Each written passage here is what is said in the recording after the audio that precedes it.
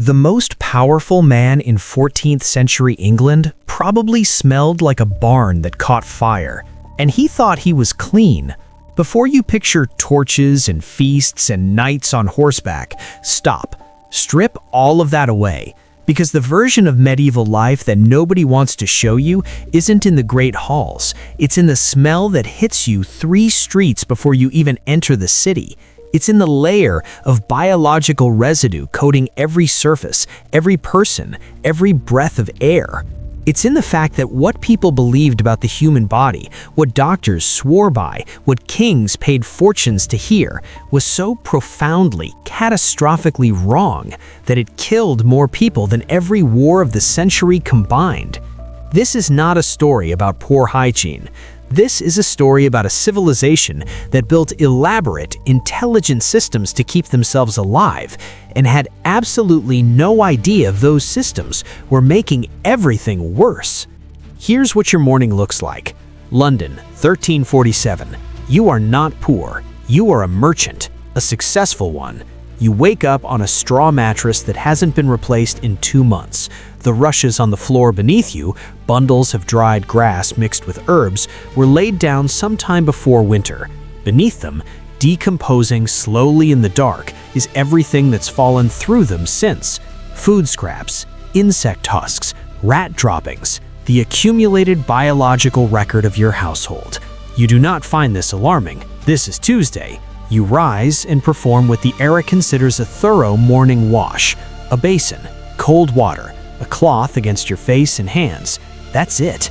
You are now, by the standards of your time and your doctor, prepared for the day. Here's why that mattered more than you think.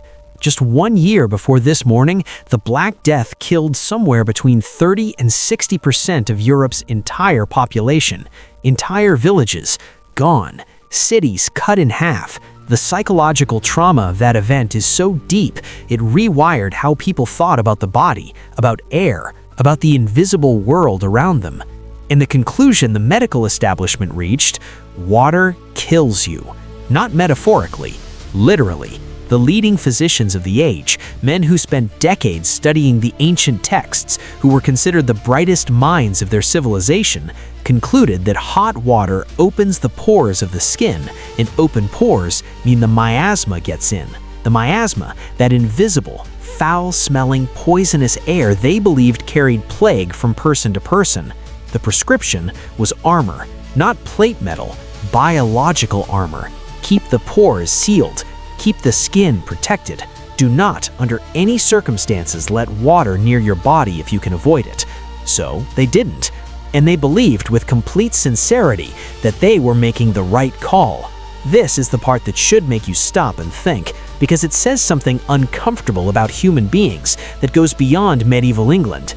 These were not stupid people. The miasma theory was internally consistent. It had logic. It had supporting evidence, or what looked like supporting evidence. Cities that smelled worse did have higher death rates. Swamps did breed disease. The correlation was real, even if the mechanism was completely wrong. They built an entire medical philosophy on a pattern that was real and a cause that wasn't. Sound familiar? Because the response that followed, the elaborate system of hygiene built on not washing, had its own internal genius. Take the linen shirt. If you were wealthy in 14th century England, you wore a full white linen undershirt against your skin at all times. You might own several. You changed it multiple times a day. And here's the belief that drove this behavior. Linen, they thought, had an almost magnetic property. It pulled the impurities, the toxins, the filth out of the body through the skin and absorbed it into the fabric. Change the shirt, cleanse the body. No water required. Was it true? No. Did it partially work in ways they couldn't explain? Actually, yes. Keeping clean linen against skin does reduce bacterial accumulation compared to wearing nothing or wearing rough wool directly against the body. It creates a physical barrier. It wicks moisture. The mechanism was fantasy, but the outcome had a grain of real-world effectiveness buried inside it.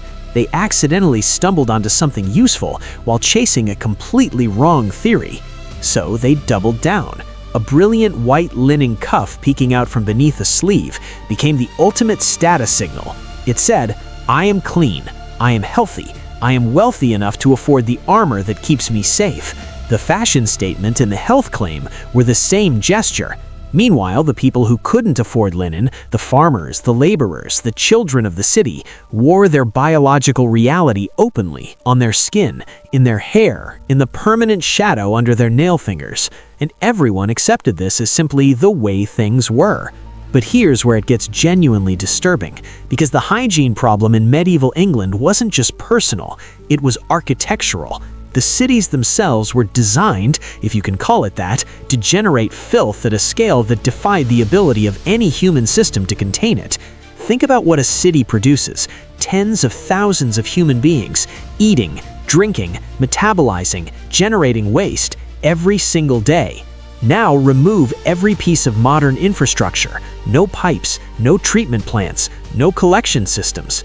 What you're left with is a logistics catastrophe that medieval London fought every day and mostly lost. At the top of the social hierarchy, the solution was elegant in a deeply unsettling way. Castle architects built a room called the garderobe directly into the outer walls: stone seat, hole through the floor. Everything falls into the moat or the pit below. No mechanism, no flush, no treatment. Just gravity doing its work, and everyone pretending that the smell rising from below isn't exactly what it is. But here's the detail that stops people cold when they hear it. The garderobe wasn't just the toilet, it was also the wardrobe. Noblemen hung their finest clothes in that chamber: their velvets, their furs, their expensive imported fabrics. On purpose, because the ammonia vapor rising from the waste pit below was potent enough to kill the moths and fleas that would otherwise destroy the fabric. The most expensive clothing in England was fumigated in human excrement, and the nobility considered this sophisticated household management. Now descend from the castle into the city itself, and the sophistication evaporates completely. London in the 14th century had a waste problem so severe that specific laws were passed governing where and how people could relieve themselves, laws that contemporary accounts suggest were violated almost universally before the ink was dry. Open gutters ran down the center of streets. Waste buckets were emptied from upper windows with a shout of warning that functioned more as a courtesy than a guarantee. The rivers that ran through the city were, by any measurable standard, open sewers. Into this environment, the city deployed what it called a solution: the gong farmers. They worked exclusively at night, not because the city had any genuine concern for their dignity, but because the sight and smell of what they did was considered too offensive for daylight public life. Under the cover of darkness, these men descended by rope and ladder into the cesspits beneath the city's privies and public latrines. They worked by feel and by hand in enclosed spaces so saturated with methane and hydrogen sulfide that a man could lose consciousness in minutes. Death by suffocation in a cesspit was not a rare accident. It was a documented occupational hazard that everyone accepted. They shoveled the accumulation into carts. The carts moved under curfew through empty streets. The waste was carried to designated dumping grounds outside the city walls, which, records show, were regularly ignored in favor of the nearest river. These men earned more than many tradespeople. The city needed them desperately and had no replacement for them. And yet, there is not a single statue to a gong farmer anywhere in England. Here's what I want you to sit with for a second. We look back at medieval hygiene and we see failure, ignorance, a civilization stumbling through the dark.